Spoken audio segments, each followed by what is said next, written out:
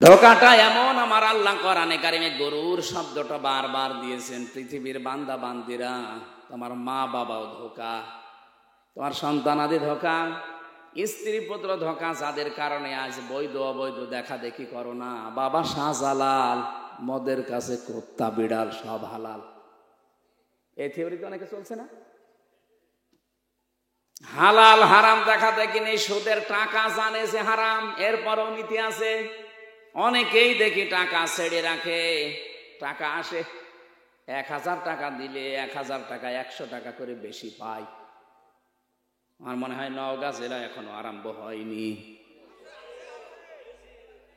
সত্যি কথা বলছে যে কোরআন শরীফ আমি কিন্তু জানতাম না, এটা কুষ্টিয়ায় আছে, এই জন্য বললাম। এখন যে এই জেলায়ও আরম্ভ হয়ে গেছে, এটা মায়ের সাথে জেনা করার গুনাহ হচ্ছে। আপনি কিন্তু জানেন যে গুনাহ হয়, জানেন না? সুদের এই টাকা নিলে যে মায়ের সাথে জেনা করার গুনাহ হয়, জানেন কিনা বলেন তো? এই যে জানা শোনার পর কেন এটা করছেন? হয়তো স্ত্রী, সন্তান, মা বাবা, ভাই বোন, এদেরকে আরেকটু শান্তিতে, আরেকটু আনন্দে, আরেকটু ভালো রাখার জন্যে।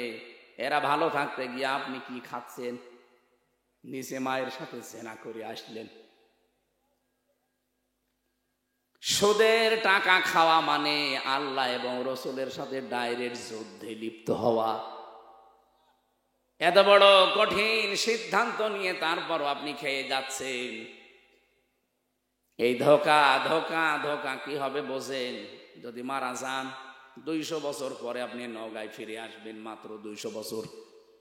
200 বছর পরে যে 2 তালা বানিয়েছিলেন আপনি দুনিয়ায়, এই বাড়িতে সামনে এসে বলবেন যে এই বাড়ি আমার, আমি বানিয়েছিলাম। বাড়িতে ওই সময় যারা বসবাস করবে তারা আপনাকে বাড়িতে তো ঢুকতেই দেবে না। বলবে বেশি ঝামেলা করলে কিন্তু পিটাবো।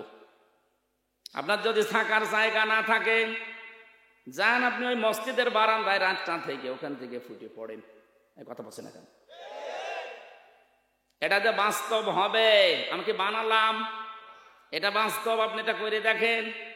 মাত্র 3 পুরুষ পরে আপনাকে আর কেউ চিনবে না। আমি যেমন, আমার বাবার নাম রিয়াজউদ্দিন, দাদার নাম জাহান আলী, এর বাবার নাম নমাজ আলী, এরপরে আর চিনি না, আমার মনেও নেই। এখন নমাজের বাবা যেটা ছিল কি আমি জানি না, সত্যি জানি না।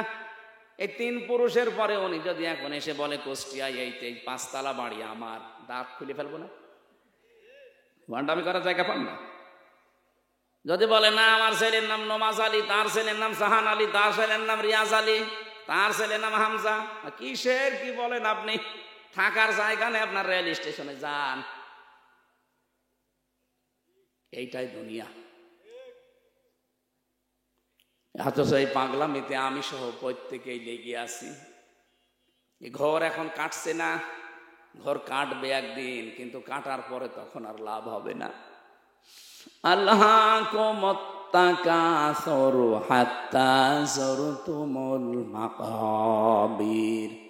বেশি বেশি পাওয়ার জন্য মানুষ মহাবন্ধ হয়ে গেছে। এ ঘর কাটবে না ততদিন পর্যন্ত, যতদিনও কবরের কাছে না যায়। এই আয়াতটা কোরআনে কারিমের, এই আয়াতটা আলহাকুমুত তাকাসুর, এটা বেশি বেশি আমি বুঝে ফেলেছি এই 3 বছর জেলে থাকা অবস্থায়। মাত্র 3টা বছর কবরের মতো ওই সেলের ভেতরে ছিলাম। বুঝেছি যে জীবন কত অসহায়, আমি মানুষের কাছে কত অসহায়। যেহেতু যোগাযোগ বিচ্ছিন্ন ছিলাম, এই জন্য আরো বেশি টের পেয়েছি। আরে ভাই, জেলে থাকা না, আমি ছিলাম ফাঁসির কন্ডেম ছেলে, তারপরও যোগাযোগ বিচ্ছিন্ন। ফাঁসির কন্ডেম ছেলে আরো মানুষ ছিল, কিন্তু 7 দিন পরে তারা যোগাযোগ করতে পারতো সরকারের ফোন দিয়ে। আর আমার আর মামুনুল হককে একেবারে 3 বছর যোগাযোগ বিচ্ছিন্ন। কেউ আমাদের সাথে দেখাও করতে পারবে না, আমরাও কারোর সাথে কথা বলতে পারবো না। এটা কবরের মতো জায়গায়। সত্যি কবে টাকা আসবে বাড়ি থেকে তাও জানি না। এই যে অসহায় আল্লাহ বানিয়ে দিয়েছিল, আমার মনে হয় এই কারণে যে আমি উপলব্ধি যেন করতে পারি দুনিয়ার জীবন কি সত্যি। এই যে কোরআন আমার সামনে হাত দিয়ে বলছে, আমি বুঝে ফেলেছি পৃথিবীর জমিনটা আসলেই ধোকা। কি অসহায় হয়েছিলাম। ওই আয়না ঘরে যে 10 দিন মাটির নিচে ছিলাম, মানুষ যে এত অসহায় হতে পারে। কেউ নেই আমার আশপাশে, মনে হচ্ছে আমি আসলেই কবরে আছি। এমনিতেই মাটির নিচে এক অন্ধকার, এরপরে রাতের এক অন্ধকার। যখন ওরা লাইট বন্ধ করে দিত মনে হচ্ছে সত্যি আমার নিজের শরীরের পশম পর্যন্ত আমি দেখতে পাই না।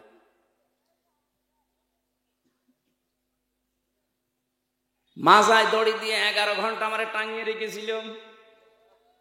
মাঝে মাঝে শুধু ওই 5 তলা 6 তলা থেকে মাটির নিচে আছে 3 তলা, এর উপরে 7 তলা 10 তলা বিল্ডিং।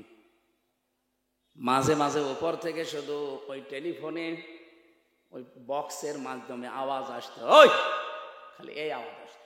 1-1.5 ঘন্টা 2 ঘন্টা 3 ঘন্টা পরে একটা আওয়াজ আসতো, অথচ আমার পা উপরে মাজায় দেওয়া দড়ি। তখন নিজেকে এত অসহায় মনে হতো, আল্লাহ দুনিয়ায় কবরে নেই, তারপর মাটিতে আছি আমি, অন্তত এখন আমি কথা বলতে পারছি। এই অবস্থায় যদি আমাকে এত অসহায় তুমি করে দিতে পারো, সত্যি যদি কবরে চলে যাই, না জানে আমি কি অসহায় হয়ে যাব। আউযু বিল্লাহি মিনাশ শাইতানির রাজীম। বিসমিল্লাহির রহমানির রহিম।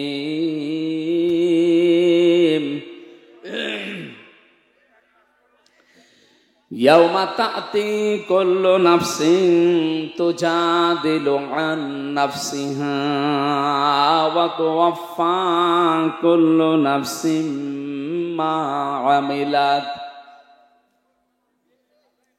وَتُوَفَّى كُلُّ نَفْسٍ مَا عَمِلَتْ وَهُمْ لَا يُظْلَمُونَ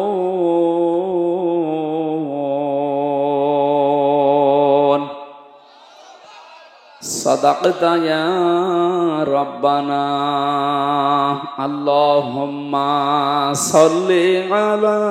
বাংলাদেশের ঐতিহ্যবাহী জেলা নওগাঁ মান্দা থানার অন্তর্গত ময়নং মণ্ডলপাড়া এলাকাবাসী কর্তৃক আয়োজিত কোরআনের এই অনুষ্ঠানের সম্মানিত সভাপতি, প্রধান অতিথি, বিশেষ অতিথিবৃন্দ, সামনে বসা মুসলমান ভাইরা, পর্দার আড়ালের সম্মানিত মা এবং বোনেরা, প্রশাসনের ভাইরা, প্রাণপ্রিয় নওগাঁবাসী, আল্লাহর দরবারে শুকরিয়া আদায় করছি। বিশাল একটা পাথর আমাদের বুকের উপর থেকে আল্লাহ নামিয়ে দিয়েছেন। আল্লাহ পাক বলেন, আল্লাযী আনকাযা যাহরাক, হে নবী আপনার পিঠকে বাঁকা করে ফেলেছিল একটা বিশাল বোঝা, আমি কি ওইটা নামিয়ে দেইনি? 1500 বছর আগের এই কথা। এই ছেলে, কে গল্প করো? একটা কথা বলা যাবে না। যে যেখানে দাঁড়িয়ে আছেন, যদি বসতে ভালো না লাগে দাঁড়িয়ে থাকে, কথা বলবেন না। কথা বললে বাড়ি চলে যাবে। আমারে নিয়ে এসেছেন কথা বলার জন্য, নিজেই যদি শুরু করেন তা আমি আসলাম কেন? কথা বলা যাবে না, একদম নিশ্চুপ। 1500 বছর আগে নবীজিকে পেটটা বাঁকা করে ফেলেছিল একটা বোঝা, বিশাল একটা বোঝা। সেটা ছিল আইএমএ জাহিলিয়াতের যুগ। আর 1500 বছর পরে 2024-এর 5 আগস্ট পর্যন্ত আমাদের এই পিঠকেও বাঁকা করে ফেলেছিল একটা বিশাল বোঝা। ওটা হচ্ছে আওয়ামে জাহিলিয়াত। ওইটা ছিল আইএমএ, এটা আওয়ামী। শব্দ দুইটা প্রায় কাছাকাছি না? ওদের কর্মসূচি আমি পড়েছি, ওদের জীবনী, আবু জেহেল, আবু লাহাব, উতবা, সাইবা, ওদের 14টা কাজ ছিল মানবতাকে কণ্ঠাসা করে রাখার জন্য। নিজের মন মতো পৃথিবী চালাবে, এই জন্য 14টা কাজ তারা করেছিল। 1500 বছর পর নব্য আবু জেহেল যারা, এরা 15টা কাজ আরম্ভ করেছিল। ওদের সাথে এক কাঠি বেশি। কারণ ওই মানুষগুলোকে যদি আইএমএ জাহিলিয়াতের যুগ বলে আপনি ঘৃণা করেন, হ্যাঁ একটা যুগ হইল, অন্ধকারের যুগ, অজ্ঞতার যুগ। যারা 14টা কাজ করে উপাধি পেয়েছে, এ জামানায় যারা 15টা কাজের আঞ্জাম দিলেন, তাদেরকে আমি জাহিলিয়াত বললে কি সমস্যা আছে? কোনো সমস্যা নেই। সুতরাং এই জগদ্দল পাথর আল্লাহ আমাদের বুকের উপর থেকে নামিয়ে দিয়েছেন, আলহামদুলিল্লাহ। দরুদ আর সালাম পড়ছি আমাদের নবী মুহাম্মদুর রাসূলুল্লাহ সাল্লাল্লাহু আলাইহি ওয়াসাল্লামের প্রতি, যার আনিত আদর্শ মানবতার মুক্তির একমাত্র গ্যারান্টি। এ পর্যন্ত বলেই আমরা শেষ করে দিই। তা আসলে যে এটা একমাত্র গ্যারান্টি মানবতার মুক্তির, এটা আমাদের বাস্তবে অনেকের জীবনে নেই। কি কথা বলেন এখন? আজকে যিনি প্রধান অতিথি আছেন, যদি ওনাকে বলা হয় যে এই গ্রামের 20 জন মানুষের তালিকা উনি করেছি, যে 5,000 করে টাকা দেবে। এই গ্রাম থেকে 20 জন মানুষের তালিকা আমরা পাঠিয়ে দিলাম ওনার কাছে, আগামী 1 মাস পরে উনি 10,000 5,000 করে টাকা দেবে। এই গ্রামে যারা আছে সবাই চিন্তা করবে আমার নামটা আছে কিনা। তালিকা পাঠানোর পরে মনে করেন 100 জনের তালিকা পাঠিয়েছিলেন, মাত্র 10 জনের নাম এসেছে যে 10 জনকে দেওয়া হবে। গ্রামবাসী উৎসুক হয়ে থাকবে না, আমার নাম আছে তো, আমার নাম আছে তো? কথা বলেন এখানে। টাকা পাবে কত? 5,000। বলেন, ওনার কাছে 5,000 টাকা পাওয়ার জন্য যদি আপনি উদ্গ্রীব হয়ে থাকেন, আকাঙ্ক্ষা নিয়ে থাকেন যে আমার নাম আছে তো, এত চিন্তা আপনার, যে মহাবিশ্ব যিনি বানিয়েছেন, সব সরকারের উপরে যিনি সরকার, উনি যে লিস্ট পাঠিয়েছেন, এই যে লিস্ট, এর ভেতরে আপনার নাম আছে কিনা কোনোদিন একবার একটু চিন্তা করে দেখেছেন যে আমার নামটা এর ভেতরে আবার আছে তো? আমি যে পাবো কিছু, 10,000 হোক 5,000 হোক, কারণ 100 জনের তালিকা ছিল, মাত্র 10 জনকে দেওয়া হবে। এই 10 জনের ভেতরে আমার নাম আছে কিনা চিন্তা ভাবনা করা দরকার না? কোরআনে কারীম আমি যতটুকু স্টাডি করেছি, পড়েছি, আমি দেখেছি 300 তালিকা আছে এর ভেতরে। 300 কত? 300 তালিকার ভেতরে ফেরাউনের নাম আছে, হামানের নাম আছে, কারুনের নাম আছে, আবু জেহেলের নাম নেই কিন্তু ইনডাইরেক্ট আছে, আবু লাহাবের নাম আছে, মোহাম্মদ রাসূলুল্লাহর নাম আছে না নেই? কাফেরের নাম আছে, জালেমের নাম আছে, মুশরিকের নাম আছে, মুনাফিকের নাম আছে। এখন আমি যে কোন ক্যাটাগরিতে আছি, আমার নাম আসলে আছে কিনা এই 300 জনের ভেতরে, আমার এখনই দেখা লাগবে। কথা বলেন না কেন? যদি আমি দেখি যে না আমার নাম নেই, তাহলে তো আলহামদুলিল্লাহ। যদি দেখি যে নাম আছে, তাহলে আমার তো কিছু পাওনা আছে। কি পাওনা নেই? তাহলে এমন নাম তৈরি করা দরকার যে নামে কিছু পাওয়া যায়। এমন নাম তৈরি করা ঠিক না যে নামের কারণে আবু জেহেলের কাতারে দাঁড়ানো লাগে। আমাদের আদি পিতা হযরতে আদম আলাইহিস সালাম যেদিন তিনি তৈরি হলেন, জান্নাতের ভেতরে সব কিছুই তার ওপেন ছিল, শুধু একটা জায়গা বাদ দিয়ে। আল্লাহ তাআলা জানিয়েছেন, ওয়ালা তাকরাবা হাদিহিশ শাজারাতা ফাতাকুনা মিনাজ জালিমিন। আদম সব জায়গায় যাবে, যা ইচ্ছা খাবে, যা ইচ্ছা ধরবে, কিন্তু সাবধান, এই বাড়িটা, এই ঘরটা, এই গাছটার কাছে যাবে না। কি সেই গাছ? একটা কাজ শুধু নিষেধ ছিল, সব কাজ ওপেন ছিল। আমরা অনেকেই এতদিন পর্যন্ত জানি যে গাছ মানে গন্ধম গাছ না। শুধুমাত্র গন্ধম গাছ যদি আল্লাহ উদ্দেশ্য করতেন, তাহলে কোরআনে আয়াত নাজিল করে আমাদের জানাতেন না এটা শুধু গন্ধম নয়, এর ভেতরে আল্লাহ পাক 500 শরীয়তের বিধান দিয়েছেন। এই 500টা শরীয়তের বিধানে কোরআনে আছে। এগুলো আল্লাহর বর্ডার, এগুলো আল্লাহ পাক দিয়ে রেখেছেন সীমা। আপনি যখনই দুনিয়ায় যা ইচ্ছা করবেন, যা ইচ্ছা খাবেন, এই 500টা বর্ডারের কাছে গেলে থেমে যাবেন। কি এই বর্ডারের কাছে গেলে আপনাকে থেমে যাওয়া লাগবে। বর্ডার যদি ক্রস করে চলে যান, আল্লাহ বলেন ফাতাকুনা মিনাজ জালিমিন, তোমার নামে জালেম এটা লেখা হয়ে যাবে। আদম আলাইহিস সালামকে যদি আল্লাহ এ হুমকি দিতে পারেন, আমরা আদমের সন্তান, এ হুমকির সম্ভাবনা নেই। এই জন্য আমরা দুনিয়ার জীবন চলার পথে যখনই দেখবো যে না আল্লাহর বর্ডার, এখানে থেমে যাওয়া লাগবে আমাদের। এই যে বর্ডারের আদান প্রদান যে বিষয়টা, আজ 2-3 দিনের ভেতরে ভারত একটা নিষেধাজ্ঞা দিয়েছে আমাদের, যে আমাদের চিকিৎসা করাবে না। এদেশের মানুষও সেরকম তেড়া, বলছে যাবো না, দরকার হয় ভারতে, পাকিস্তানে যাব, চীন দেশে যাব, সিঙ্গাপুরে যাব, মালয়েশিয়া যাব, তোর দেশে যাব না, যা। আজকে বিকালে দেখেছেন দাদারা কি কান্নাকাটি করছে, না তাড়াতাড়ি বর্ডার খুলে দেন। মুশরিকদের সবচাইতে বেশি ভয় জীবনের উপরে, জীবন অপকরণের উপরে, জীবনের উপরে কোনো হুমকি আসলে মুশরিকরা সবচাইতে বেশি ভীত বিহ্বল হয়ে পড়ে। কোরআনে কারিমে আল্লাহ এটা আমাদেরকে আরো আগে জানিয়েছেন, 1500 বছর আগে। ওয়ালা তাজিদান্না আহরাসান নাসি আলা হায়াতি ওয়া মিনাল্লাযিনা আশরাকু ওয়ালা তাজিদান্নাহুম আহরাসান নাসি আলা হায়াতি ওয়া মিনাল্লাযিনা আশরাকু ইয়াওয়াদ্দু আহাদুহুম লাউ ইউআম্মারু আলফা সানা। ওয়ালা তাজিদান্না, লামে তাকিদ, ননে সাকিলা, গ্যারান্টি দিচ্ছেন আল্লাহ, কারণ বানিয়েছেন তিনি, ভালো করে জানেন এর দুর্বলতা কোথায়। আল্লাহ বলেন, হে নবী, অবশ্যই আপনি এই পৃথিবীতে যত মানুষ আমি বানিয়েছি, 4500 ধর্মের লোক আছে এখন। কত? 4500 ধর্মের লোক আছে দুনিয়ায়। 810 কোটির উপরে মানুষ তামাম দুনিয়াতে এখন আছে। 257টা রাষ্ট্র আছে, তার ভেতরে বাংলাদেশ সব চাইতে বড়।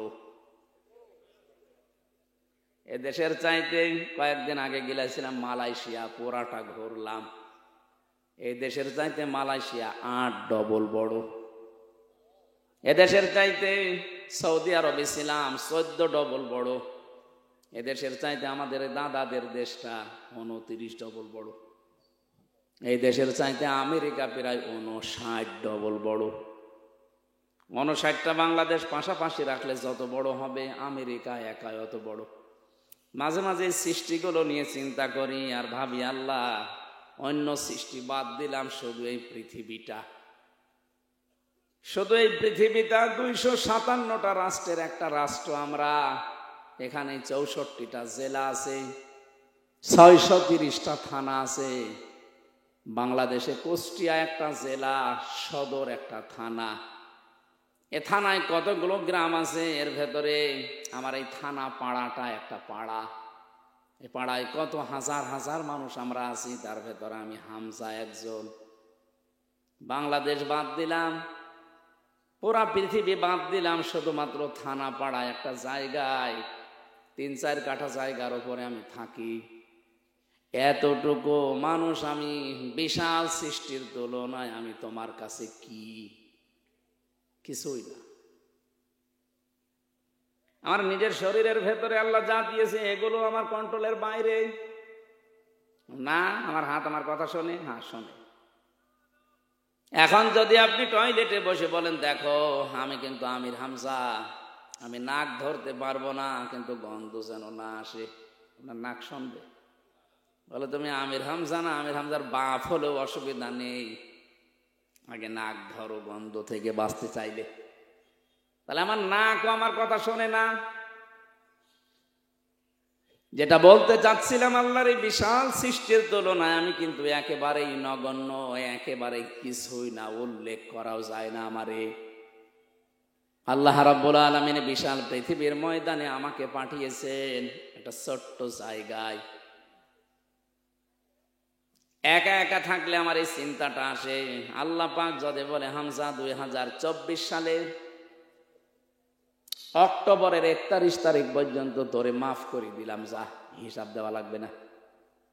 শুধু নভেম্বরের 1 থেকে, এটা নভেম্বর ডিসেম্বর চলছে, 1 থেকে 7 তারিখ, আজকে এই 7 দিনের হিসাব দিয়ে জান্নাতে চলে যা।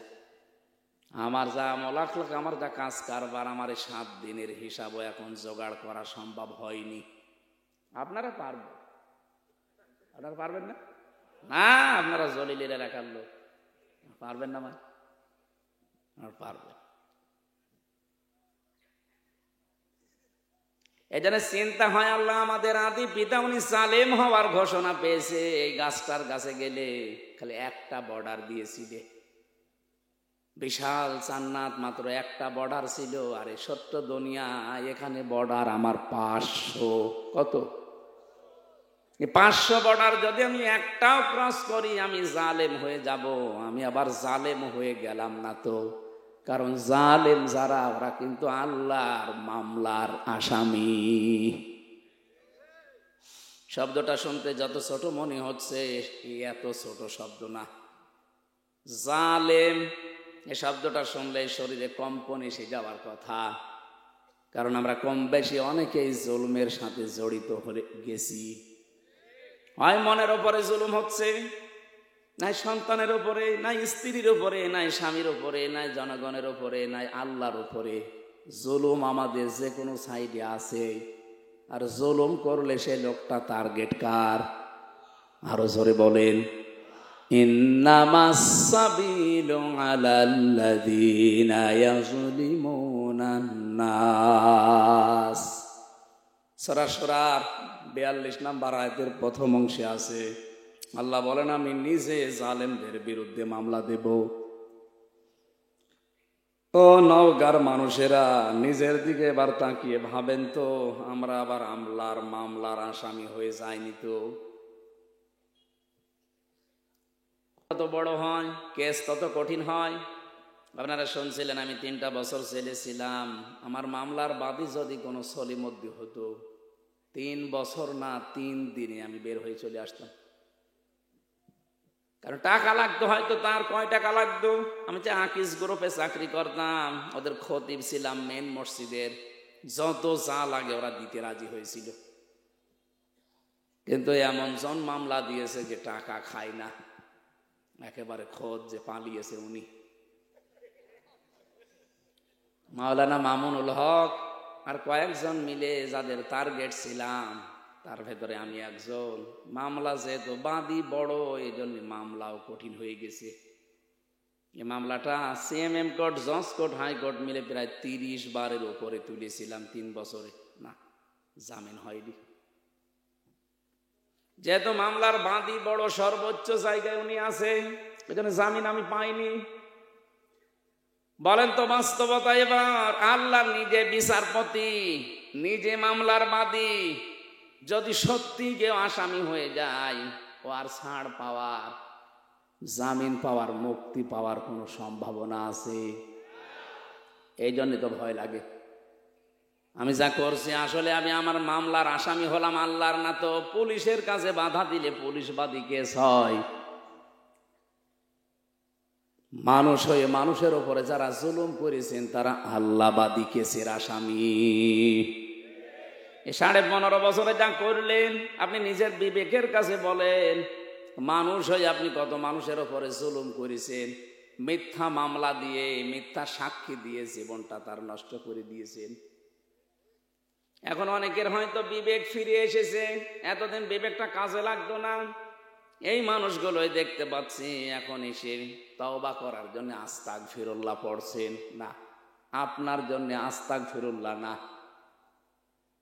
জেলখানায় এক ওসি আমার সাথে ছিল, আমারে বলছে হুজুর দেখেন তো আমার একটা তাওবা করেছিলাম, হয়েছে কিনা বলেন। যে এই যে নির্বাচন গেল, এইটা আমি বাইরে ছিলাম, রাত 12টার পর থেকে আমি ভোট কাটা আরম্ভ করেছিলাম, ফজর পর্যন্ত পুরা ভোট আমার লোকজন দিয়ে আমি কাটলাম, বাক্স ভর্তি করে যার যার জায়গায় পৌঁছিয়ে দিলাম। ফজরের আজান দিলে তাড়াতাড়ি গোসল করে ওযু করলাম, নামাজ 2 রাকাত পড়ার পরে এবার বললাম আস্তাগফিরুল্লাহ। হুজুর আমার এই তাওবা হয়েছে না।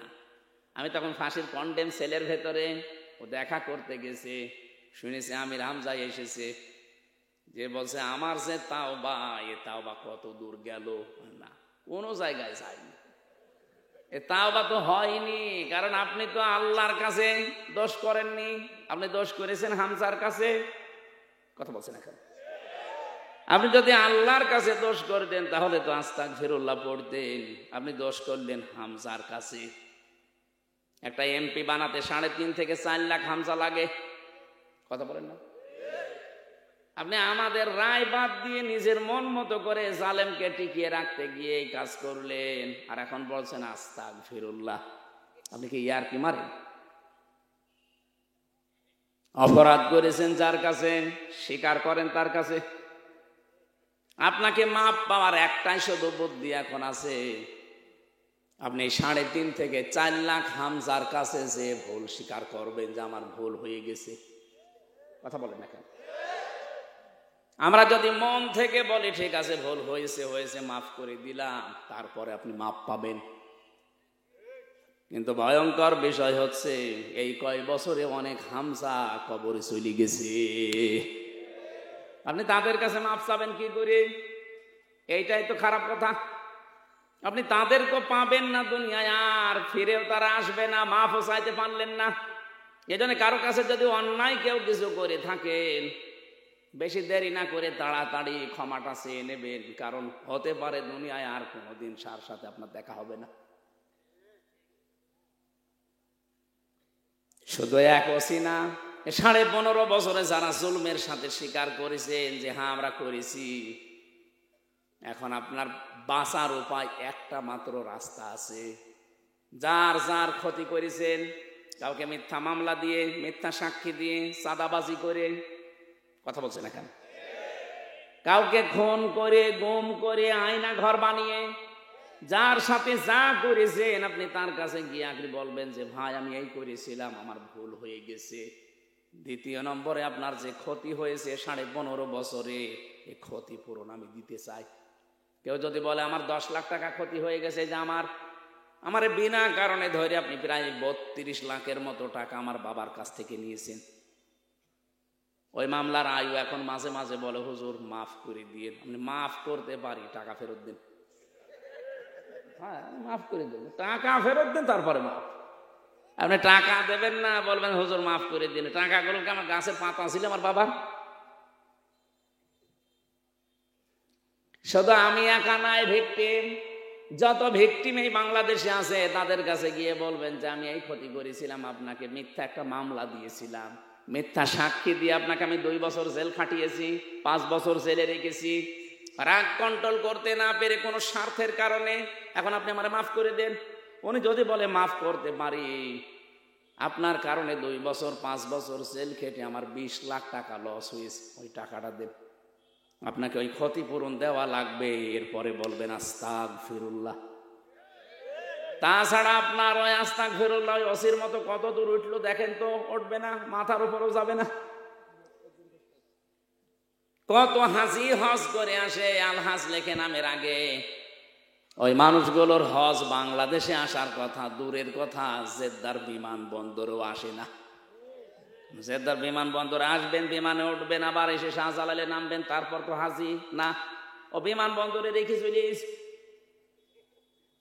কারণ যাওয়ার সময় যে টিকিট কেটে গিয়েছিল ওইটা হারাম টাকার টিকিট, ছেলের নামে সব লিখে দিয়ে মেয়ের নামগুলো ফাঁকি দিয়ে বলছে মা তোর জন্য দোয়া করে দিলাম। এটা একটা নির্ভেজাল শয়তান। যারা মানুষের জমি ফাঁকি দেন, শরিক ফাঁকি দেন, আপনার 2টা ক্ষতি হবে। 1 নম্বরে ওই শরিক ফাঁকি দেওয়ার সম্পদ আপনি কোনোদিন ভোগ করতে পারবেন না। 2 নম্বরে মরণের সময় আপনি যতই বুজুর্গ দাবি করেন, ঈমান নসিব হবে না, বেঈমান হয়ে মরবেন। এই যে দরবেশ যেটা সালমান এফ রহমান, কি বড় বড় দাড়ি দেখেছেন, পরে বাঁচার জন্য দাড়ি কেটে নম হয়ে গিয়েছিল। 36,000 কোটি টাকা মারি কাটি 7টা ব্যাংক থেকে। এই লোকটার মাথা থেকে পা পর্যন্ত মাঝে মাঝে তাকালে দেখতাম আল্লাহ, মানুষ এত সুন্দর হয়, অত চরিত্র যে এত খারাপ, অন্যের এক বউ নিয়ে আল্লাহর রাস্তায় কাজ করছে। আপনি দেখেননি এক ব্যবসায়ী বউ নিয়েছে, কত নিচে নামতে পারে মানুষ। দাড়ি কেটেছে রসুলের, মানুষ জিজ্ঞাসা করছে আপনি এই কাজ করলেন, দাড়ির ওপরে পোস্ট দিলেন আপনি, মানুষ ফতোয়া দিয়েছে বেশি ফতোয়া দেবেন না আমার কাছে, দাড়ি রাখা সুন্নাত আর জান বাঁচানো ফরজ। আমি সুন্নত কেটে জান বাঁচানো ফরজ আদায় করেছি, বাঁচার জন্য নৌকা ধরেছিলাম, কিন্তু নৌকা আমারে ডুবিয়ে দিয়েছে। এই লোকটার মাঝে মাঝে আমার চিন্তা হয়, যখন আদালতে তোলে, বলেন তো এই যে নামাজ পড়া, রোজা রাখা, হজ করা, ও হজে যে দেখতাম ওই কাবা শরীফের পাশে যে টাওয়ার, হিলটন টাওয়ারে থাকতো, জমজম টাওয়ারে, যেখান থেকে কাবা শরীফ সবসময় দেখা যায়, যেখানে 22 লাখ 25 লাখ টাকা খরচ হয় হজে, এই জায়গায় যে থাকতো। কি কি বিশ্বাস নিয়ে কি করেছে আমি জানি না, অথচ এই লোকটা সারাটা জীবন যা করেছে দেখেন, একটা সম্পদ এখন আর ভোগ করতে পারছে না, এখন এই মাটির ফ্লোরে থাকা লাগছে। 2 নাম্বার, এই ধরনের মানুষ যেহেতু 32-36 হাজার কোটি টাকা মারিং কাটিং করেছে, এক জীবনে আপনি গুনেও শেষ করতে পারবেন না। তার মানে এই অবৈধ টাকাও জীবনে ভোগ করতে পারলো না, এক ক্ষতি। 2 নাম্বারে, ও মারা যাওয়ার সময় ও ঈমান পাবে না, ও যতই নামাজ পড়ুক, রোজা রাখুক আর হজ করুক, ও বেঈমান হয়ে মরবে। আমরা যেন এরকম কিছু না হই। এতটুকু যদি শেষ হয়ে যেত হাদিসের ভাষ্য, আমি সত্যি এটা বলতাম না। দুনিয়ার ময়দানে যারা অবৈধভাবে ইনকাম করবে, এরা মারা যাওয়ার পরে এদের এই অবৈধ সম্পদগুলো এদের ছেলে, এদের মেয়ে, এদের অধীনস্থ যারা আছে তারা খরচ করবে। ভালো রাস্তায় আল্লাহ খরচ করতে দেবে না, এগুলো আরো অবৈধ কাজে ব্যয় করাবে। তখন ফ্ল্যাক্সি লোড হয়ে, বিকাশ হয়ে আপনার কবরে যাবে।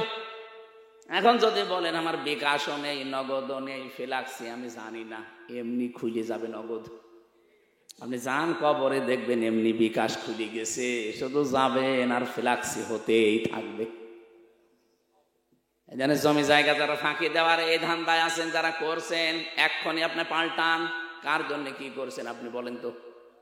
আপনার সন্তানটাকে, আপনার স্ত্রীকে খুশি রাখার জন্য, সুখে রাখার জন্য তো করেন নাকি? আমার আপনার মতো পাগল, আমার আপনার মতো বোকা এই পৃথিবীতে আর কেউ নেই যে বোকামি আমি করছি, পাগলামি আমি করছি। কোরআনে কারিমে এই কথাটা আমাদেরকে আল্লাহ বারবার শিক্ষা নেওয়ার জন্য জানিয়েছেন।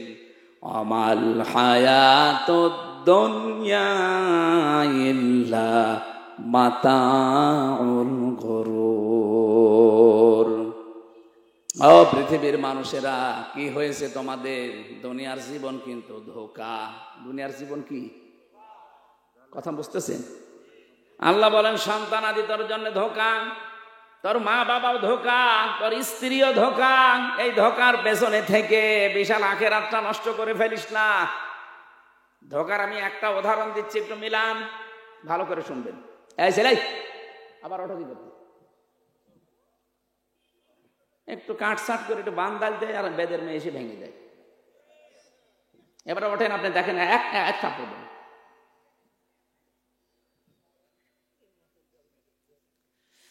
আল্লাহ রাব্বুল আলামিন এই কথাটা আমাদেরকে বিভিন্ন আয়াত দিয়ে স্মরণ করিয়েছেন। আজকের আয়াতে ওইটাই আছে, ইয়াউমা তাআতি কুল্লু নাফসিন তুজাদিলু আন নাফসিহা। সেই দিন প্রতিটি মানুষ আমার আল্লাহর সামনে যখন দাঁড়াবে, প্রত্যেকেই তার আত্মপক্ষ সমর্থনের জন্য যুক্তি তর্ক পেশ করবে। আল্লাহ আমি এই কারণে এই করেছিলাম।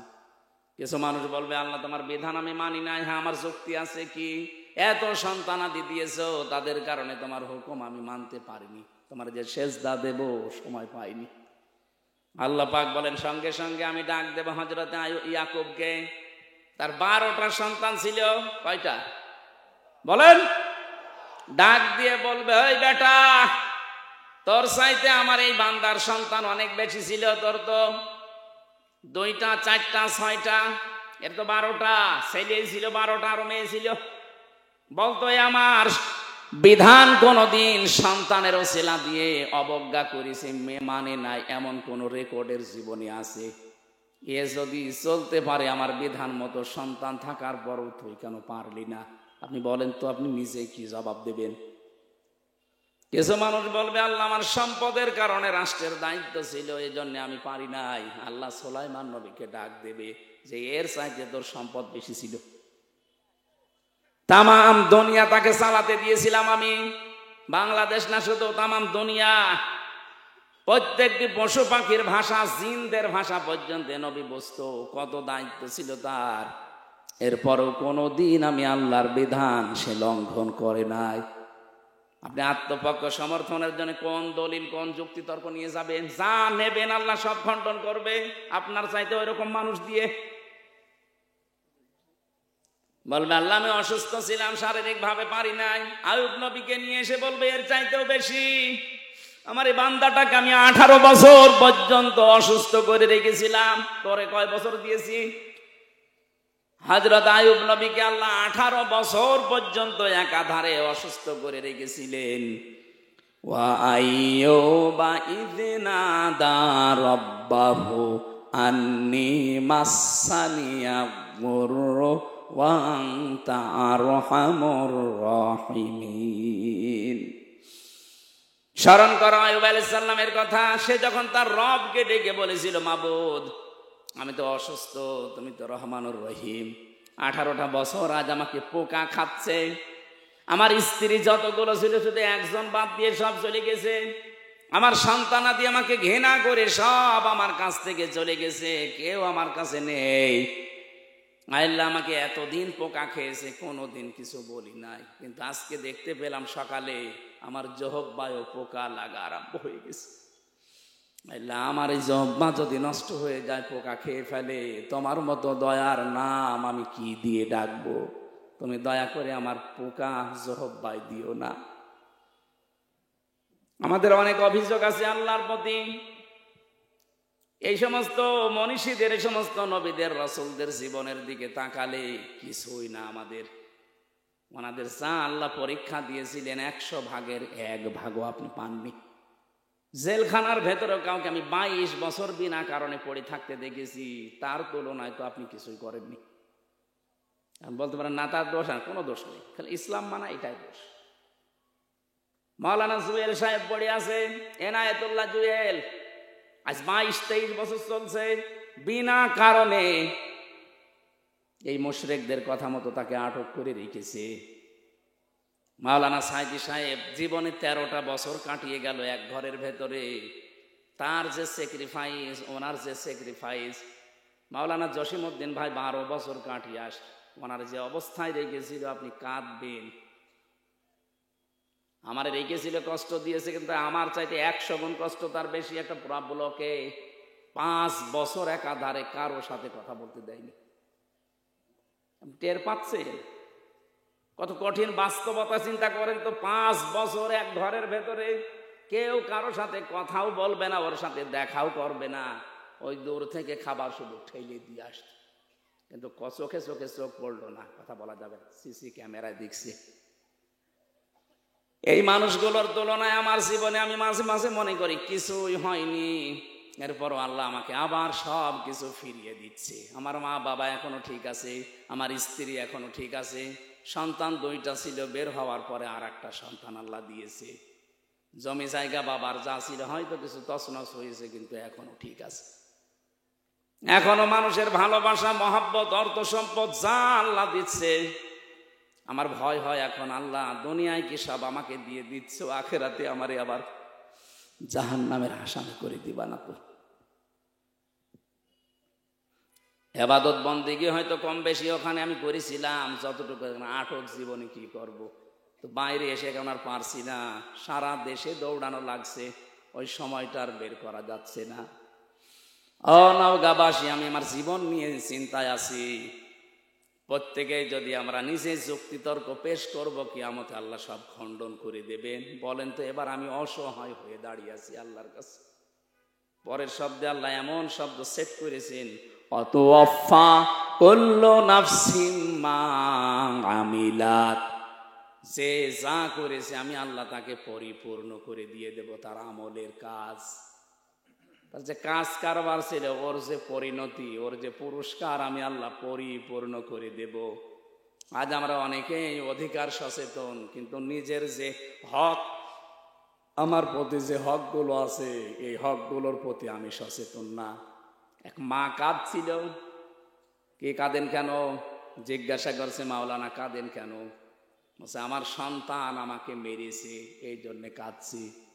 ছেলে আপনাকে মেরেছে এই জন্যে? বলে হ্যাঁ এই জন্যে, কিন্তু আমি আমার নিজে এই শরীরে আঘাত লেগেছে এই কারণে কাঁদি না, আমি কাঁদি আমার ওই সন্তানটার কারণে।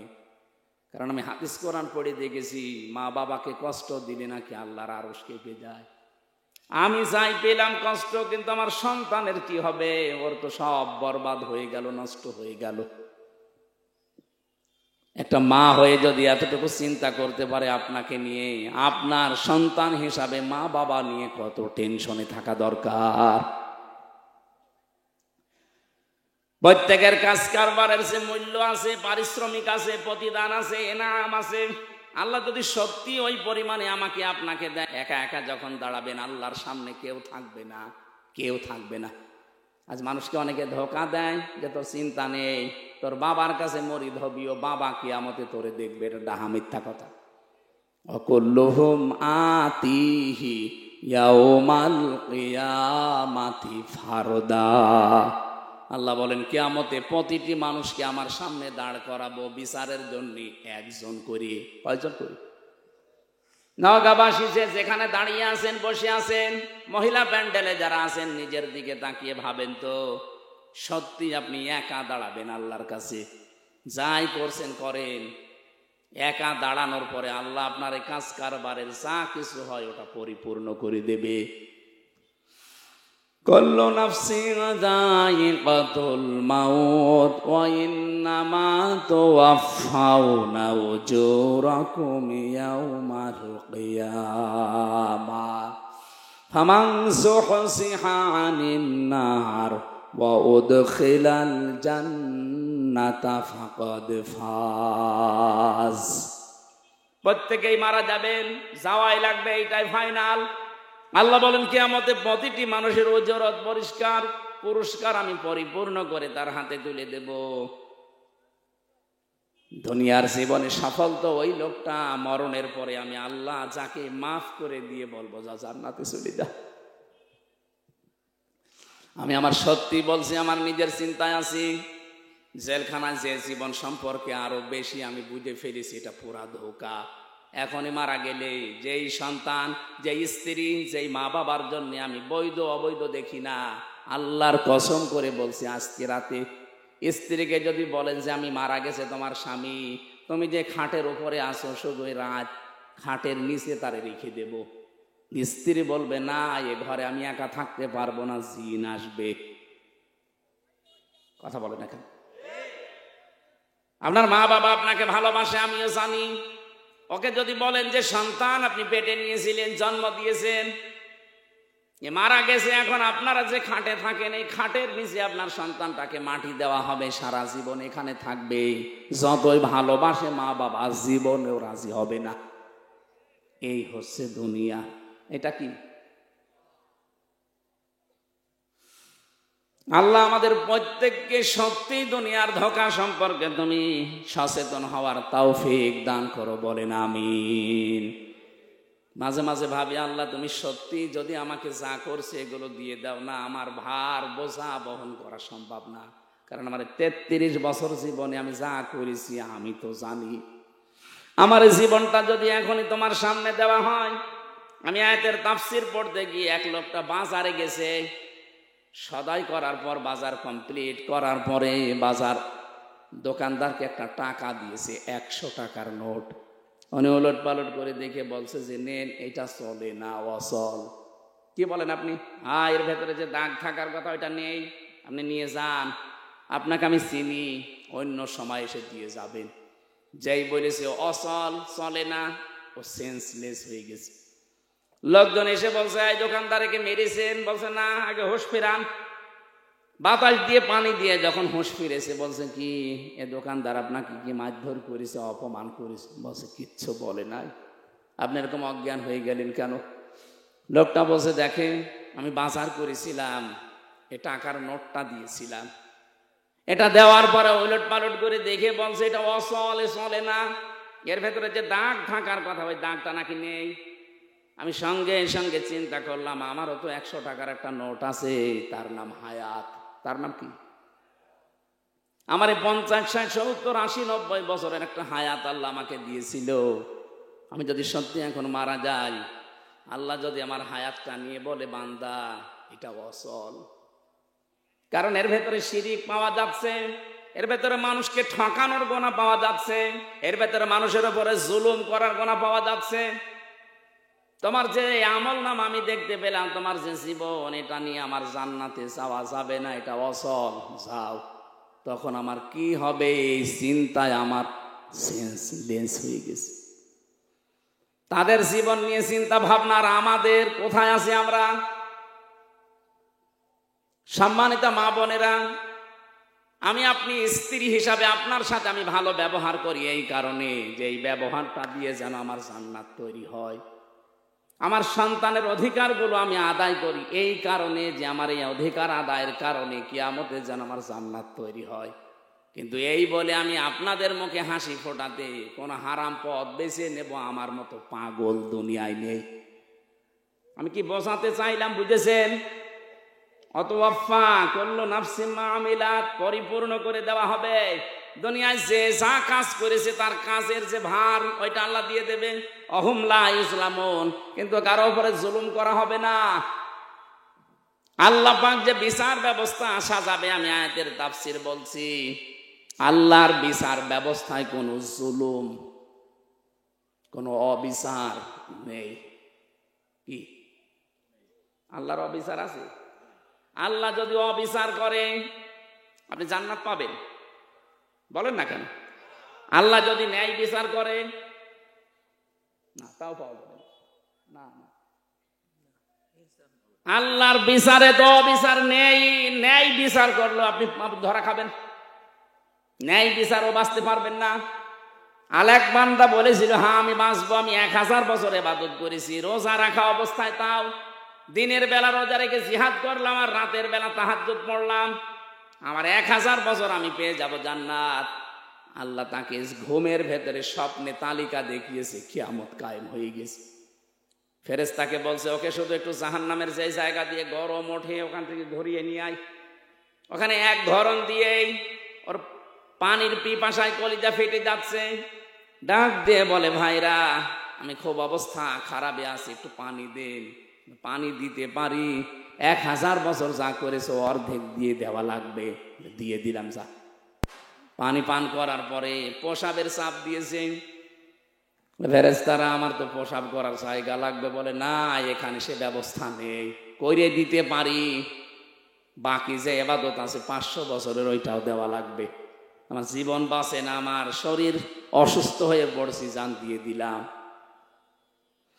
পেশাব করার পরে আল্লাহ যেন ডাক দিয়ে বলে, বান্দা 1 গ্লাস পানি ভেতরে ঢোকালে আর 1 গ্লাস পানি বের করলে, এর বিনিময়ে 1000 বছরে যা করেছিলে সবই তো দিয়ে দিলে। আমি তোমাকে কিছুই দেইনি, কিন্তু 1000 বছর প্রতিদিন 1 গ্লাস করে পানি তো খেয়েছ। প্রতিদিন 1 গ্লাস পানির জন্য 1000 বছরের ইবাদত দেওয়া লাগবে, এরপরে জান্নাতে যা। এই জন্য আল্লাহ যদি সত্যি কারো কাছে ন্যায় বিচারও করে, কেউ বাঁচতে পারবে না, সব ধরা খাবো আমরা। একটা বুদ্ধি আছে, আল্লাহ পাক যদি মাফ করে দেয়। এই জন্য কাবা শরীফ যারা তাওয়াফ করেন দেখবেন 6ষ্ঠ চক্করে, 6ষ্ঠ চক্কর দেওয়ার সময় রুকনে ইয়ামিনী থেকে হজরে আসওয়াদ এই জায়গাটা একটা দোয়া পড়া লাগে, আল্লাহুম্মা ইন্না আলাইয়া হুকুকান ফিমা বাইনি ওয়া বাইনিকা। হে আল্লাহ, আমি তোমার গোলাম বলছি, তুমি আমার মালিক হিসাবে আমাকে যা যা পাওয়ার সব দিয়ে দিয়েছো, কিন্তু তুমি যে আমার মালিক হিসাবে আমি তোমাকে কিছু দেব, কিচ্ছু দিতে পারিনি। একটা জিনিস আমার কাছে আছে, তুমি আমারে মাফ করে দাও। বিশ্বনবী নিষ্পাপ হওয়ার পরও প্রতিদিন এইটা 100 বার করে পড়তেন, আল্লাহুম্মা হাসিবনি হিসাবান ইয়াসীরা। আল্লাহ তুমি যাই করো আমার হিসাবটা সহজ করে দিও। সাহাবী প্রশ্ন করলেন, হুজুর হিসাবা ইয়াসীরা কারে বলে? বিশ্বনবী বলেন, আল্লাহ যাকে মাফ করতে চাইবে ওই বান্দাটাকে আলাদা করে এক জায়গায় নিয়ে ঘিরে ফেলবে কুদরতের চাদর দিয়ে। লক্ষ কোটি কোটি মানুষের সামনে থেকে চোখের আড়াল করে ফেলবে তাকে ঘিরে ধরে আল্লাহ নিজের সামনে দাঁড়িয়ে ওকে বলবে, এটা করেছিলি, এটা করেছিলি, এটা করেছিলি। লোকটা তো সব কিছু সামনে দেখতে পাবে ভিডিও ক্লিপ আকারে। মাথা নিচে করে বলবে, মাবুদ আমার ভুল হয়ে গেছে। সত্যি যা তুমি দেখালে সব আমার জীবনে আমি করেছি, আমার ভুল হয়ে গেছে। নবীজি বলেন সঙ্গে সঙ্গে আল্লাহর রহমতের জরিয়ার ভেতরে জোশ পয়দা হয়ে যাবে। আল্লাহ ডাক দিয়ে বলবে, বান্দা কাউকে কিছু বলবি না, চা তোরে গোপনে মাফ করে দিলাম। এইটাই আমরা চাচ্ছি। তাছাড়া ন্যায় বিচার আল্লাহ করলেও বাঁচতে পারবো না, অবিচার তো নেই। এই একটাই পথ শুধু খোলা আছে। কিন্তু ভয় হয় ওই লোকটার মতো, আল্লাহ যদি আমল নামাটা দেখে বলে, বান্দা এটা অসল, এর ভেতরে তোর বোনকে ফাঁকি দিয়েছিস সেইটা লেখা আছে। এরকম মানুষ নেই দেশে। এর ভেতরে সন্তানের হক আদায় করিস না, এটা লেখা আছে। এরকম অসল জিনিস নিয়ে তো আমার জান্নাতে যাওয়া যাবে না। এর ভেতরে এমন এমন জিনিস আমি তোর ভেতরে তুলে রেখেছি, দেখ তুই মহিলা, তুই নারী, তোর ঘরে তোর স্বামীর যে হক ছিল তুই আদায় করিস নাই, তোর শ্বশুর শাশুড়ির হক ছিল আদায় করিস নাই। এরকম অসল আমল নামা নিয়ে তুই জান্নাতে যেতে পারবি না। সম্মানিত মা বোনেরা শুনতেছেন, আমি জানি, একটু একটু বিবেক দিয়ে চিন্তা করেন তো কি হবে তখন আমার আপনার। আমার যতটুকু মনে হয় আমাদের 100 জনের 98 জন আমরা ধরা খেয়ে যাব। আমি যেন ধরা না খাই। এখানে বাকি জীবন যেহেতু ধোকার জীবন, আজ হলেও কাল হলেও আমাকে মরাই লাগবে। কার জন্য কি করছি এই চিন্তাটা যখন আপনার সামনে স্পষ্ট হয়ে যাবে যে আমি কার জন্য কি করছি, তখন অন্তত হারাম কাজ আপনি ছেড়ে দিতে পারবেন, হালালের দিকে আস্তে আস্তে এগিয়ে যাবেন। হারাম কাজগুলো ছেড়ে দিয়ে হালাল কাজের দিকে যখন মানুষ এগিয়ে যেতে চায়, আল্লাহ বলেন, আল্লাযীনা জাহাদু ফীনা লানাহদিয়ান্নাহুম সুবুলানা ওয়া ইন্নাল্লাহা লামাআল মুহসিনিন। যারা আল্লাহকে পাওয়ার জন্য একটু চেষ্টা করে, আল্লাহ তাকে পথ দেখাতে হাজারো রাস্তা খুলে দেয়। আল্লাহ আমি সহ যারা এসেছি আমাদেরকে তুমি কিয়ামতে অপমান করো না, গোপনে এরকম ঘিরে একা একাই আমাদের মনের অজান্তে মাফ করে দিও, বলেন আমিন। যে যা করছি সামনের জীবনে আমরা হিসাব নিকাশ করে করব। এমন কিছু করব না যেটা আমি নিজে দেখলে আনন্দ পাই, অন্য দেখলে লজ্জা পাই। মোবাইলে এমন দৃশ্য রাখা যাবে না যে দৃশ্য নিজে দেখলে ভালো লাগে, আনন্দ লাগে, অন্য কেউ দেখলেই আমার লজ্জা লাগে। এরকম দৃশ্য নেই। কথা বলে না কেন? যাদের মোবাইলে এরকম সিনেমা, থিয়েটার, উলঙ্গ নাচ আছে এক্ষুনি ডিলিট করে দেবেন। বলা যায় না এখনই যদি আপনি মরে যান এই মোবাইলটা আপনার মা আপনার বাবা ব্যবহার করবে। কথা বলছে না কেন? এই যে আমি এই মোবাইলটা এখন রেখে যদি মারা যাই, অবশ্যই এটা আমার ম্যাডামের কাছে, আমার মায়ের কাছে পৌঁছিয়ে দেবে। তারা যদি দেখে যে এর ভেতরে উলঙ্গ নাচ আছে, কি মনে করবে আমার সম্পর্কে বলেন তো? কি ধারণা করবে যে হামজা এরকম ছিল? যেহেতু কোনো গ্যারান্টি আমার হাতে নেই আমি বেঁচে থাকবো, এই মুহূর্তে থেকে যা আছে যেটা নিজে দেখলে আনন্দ পান, অন্য কেউ দেখলে লজ্জা পান, এক্ষুনি ডিলিট করে দেন। শয়তান ধোঁকা দেওয়ার জন্যই বসে আছি আমি জানি, কিন্তু এর ধোঁকাকে মোকাবেলা করার পরে যে ব্যক্তি এগিয়ে যেতে পারবে, আল্লাহ বলেন একটা অনির্বচন সুখ তার মনের ভেতরে আমি আল্লাহ ঢেলে দেব। এই জন্য আমাদের চরিত্রকে সংশোধন করার জন্য সূরা নূর 30 নম্বর আয়াতে একটা ঔষধ আছে। কোন বেগানা মহিলা যদি সামনে পড়ে যায়, আমি সহ প্রত্যেকের আমল করা লাগবে। বেগানা পুরুষ যদি সামনে পড়ে যায়, মেয়েদের আমল করা লাগবে। প্রথমে চোখ নিম্নগামী করা। শয়তানের তীর প্রথমে যখন মনে চাওয়ার পর রং নিম্নগামী করে ফেলবেন, শয়তান আপনার সাথে পেরে উঠবে না, তখন একটা বরদোয়া দিয়ে চলে যাবে। 2 নম্বরে আপনার লজ্জা স্থান যেটা, এটার হেফাজত করা লাগবে। আজ অনেকেই শয়তানের ধোঁকায় পড়ে উল্টাপাল্টা কাজে লজ্জা স্থান ব্যবহার করে নষ্ট করে ফেলছেন। ভারত বহু চেষ্টা চালিয়েছে এই 15.5 বছরে পিন আপ করা পত্রিকা দিয়ে। ভারতের এই আকাশ সংস্কৃতির নামে উলঙ্গ নাচ, সিনেমা, থিয়েটার, নভেল দিয়ে বহু চেষ্টা চালিয়েছে, কিন্তু এখনো ওরা সাকসেস হতে পারেনি। এই জন্যই তো মাথা খারাপ হয়ে গেছে যে এত চেষ্টা করলাম কিছুই করতে পারলাম না। এই দেশের এখনো পর্যন্ত চরিত্রবান যুবক এ দেশে আছে না নেই? চরিত্রবান হওয়ার জন্য গড়ে তুলতে হয় ছোটকাল থেকে, একটা ট্রেনিং লাগে। এদেশে যারা ইসলাম কায়েম করতে চায়, একামতে দিনের দায়িত্বে যারা আছে, এই মানুষগুলো এইটার ধাঁচে ধাঁচে আপনার ছেলে মেয়েকে গড়ে তুলে। আমি আপনাকে বলছি না যে এইভাবে গড়ে তোলেন, আপনি চিন্তা করেন আপনার ছেলেকে নিয়ে মেয়েকে নিয়ে এমন এমন জায়গা থেকে গড়ে তুলছে যে ছেলেটা সিগারেট খায় না, লাল পানি খায় না, ডাল খায় না। অথচ এই চোখ দিয়ে দেখেছি বিশ্ববিদ্যালয়ে অধ্যাপকে ক্লাস নিচ্ছে আর ছাত্র যে জুতা দিয়ে পিটাচ্ছে, বলছে শালা তোরে মেরেই ফেলবো। আমি এই চোখে এইটাও দেখেছি, শিক্ষক অজু করছে আর ছাত্র পায়ে পানি ঢেলে দিচ্ছে, হাত দিয়ে কাদা ছাড়িয়ে দিচ্ছে ছাত্র, অথচ বয়স বেশি না, মাত্র 7.5-8 বছর বয়স। এইটাও ছাত্র, ওইটাও ছাত্র।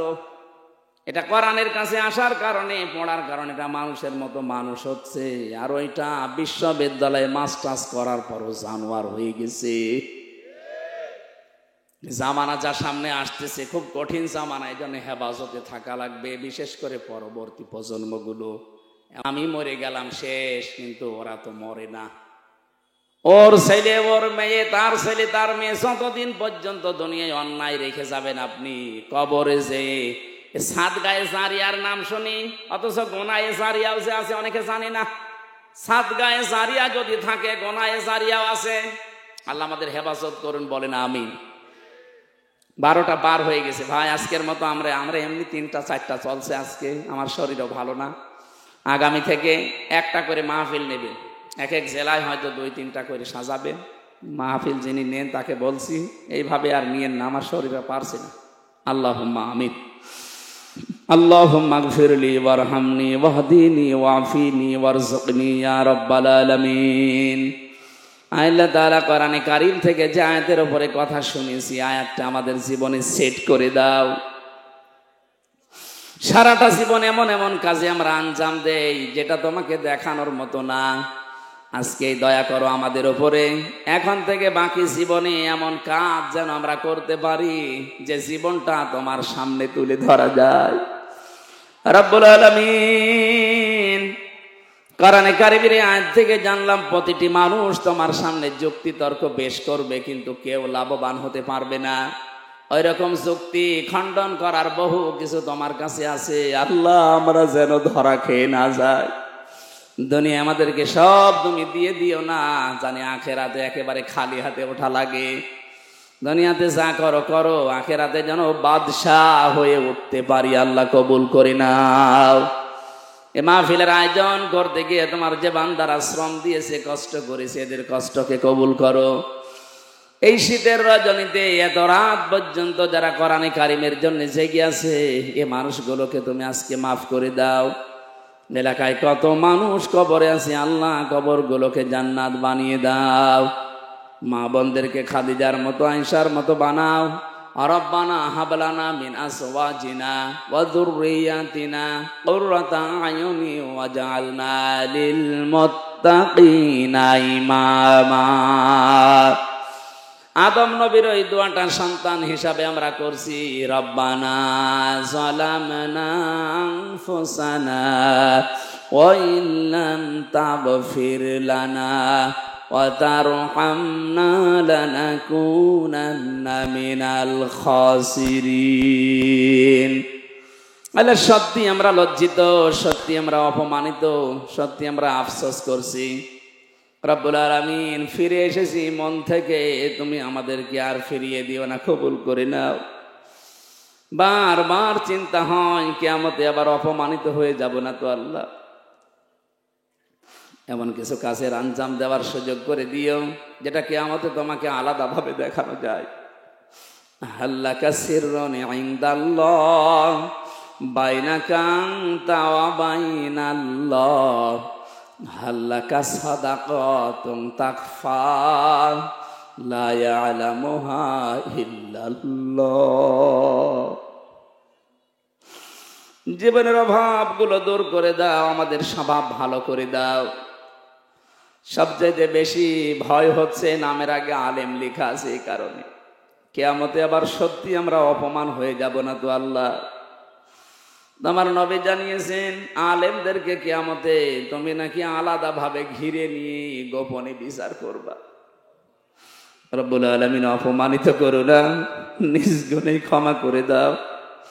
দুনিয়ার এই ধোঁকাময় জীবনকে আমাদেরকে উপলব্ধি করার সুযোগ দাও। আমরা যেন হালাল হারাম এক করে না ফেলি। ওয়ালা তালবিসুল হাক্কা বিল বাতিলি ওয়া তাকতুমুল হাক্কা ওয়া আনতুম তা'লামুন। আল্লাহুম্মা ইগফিরলি ওয়ারহামনি ওয়াহদিনি ওয়া'ফিনি ওয়ারযুকনি ইয়া রাব্বাল আলামিন। আল্লাহুম্মা ইন্না নাজআলুকা ফি নুহুরিহিম ওয়া নাউযু বিকা মিন শুরুরিহিম। রব্বানা লা তুযিগ কুলুবানা বা'দা ইয হাদাইতানা ওয়া হাব লানা মিন লাদুনকা রাহমা ইন্নাকা আনতাল ওয়াহ্হাব। আল্লাহ যে মানুষ গড়ে বিশাল আয়োজনে বাসর ঘরের মতো সাজিয়েছে তোমার এই কোরআনের অনুষ্ঠানটা, এদের জীবনের যাদের অভাব আছে দূর করে দাও। যারা অসুস্থ আছে শেফায়ে কামেলা আজেলা নসিব করো। আগামীতে এই মাহফিলটা কোরআনের প্রচারে আরো বড় করে কবুল করে নাও। মাওলানা মুআজ্জিম অসুস্থ, সুস্থতা দান করো। আল্লাহ তাআলা আমার বাবার কালকে অপারেশন হবে, আল্লাহ তুমি সাকসেস করে দিও। লা হাওলা ওয়ালা কুওয়াতা ইল্লা বিল্লাহিল আলিয়্যিল আযীম। সুবহানা রাব্বিকা রাব্বিল ইজ্জাতি আম্মা ইয়াসিফুন ওয়া সালামুন আলাল মুরসালিন আলহামদুলিল্লাহি রাব্বিল আলামিন। মরণ আসলেই যেন পড়তে পারি লা ইলাহা ইল্লাল্লাহু মুহাম্মাদুর রাসূলুল্লাহ। সালাম।